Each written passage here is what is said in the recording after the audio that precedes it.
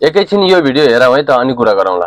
पुर्याइएको छ किनभने म सहनशील मान्छे हो। सही भरतपुरको बारेमा नराम्रो नभनौँ भन्ने थियो। भरतपुर भनेको भरतपुरवासीहरूसँग मेरो कुनै दुःख छैन। महानगरपालिकासँग सम्झौता थियो, त्यसरी नै मलाई बिदाबारी गरिएला भन्ने थियो।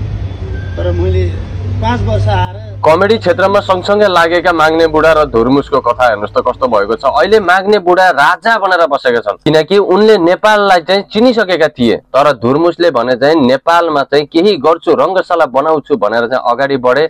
तर अहिले भरतपुर नगरपालिकाबाट चाहिँ पैसा चाहिँ क्रस भइसकेको, जति पनि अब बाँकी पैसा छ त्यो चाहिँ भरतपुर नगरपालिकाले चाहिँ दिइसक्ने भनेर चाहिँ एउटा कागज बनाइसकेको। तर पनि अहिलेसम्म चाहिँ धुर्मुसलाई चाहिँ त्यो पैसा नपाएको हुनाले चाहिँ जति पनि सिमेन्ट गिटी बालुवाहरू जति पनि रडहरू खर्च भएको थियो त्यो कम्पनीहरूको प्रेसरले गर्दाखेरि हाम्रो धुर्मुसलाई चाहिँ एकदमै गाह्रो भएको छ।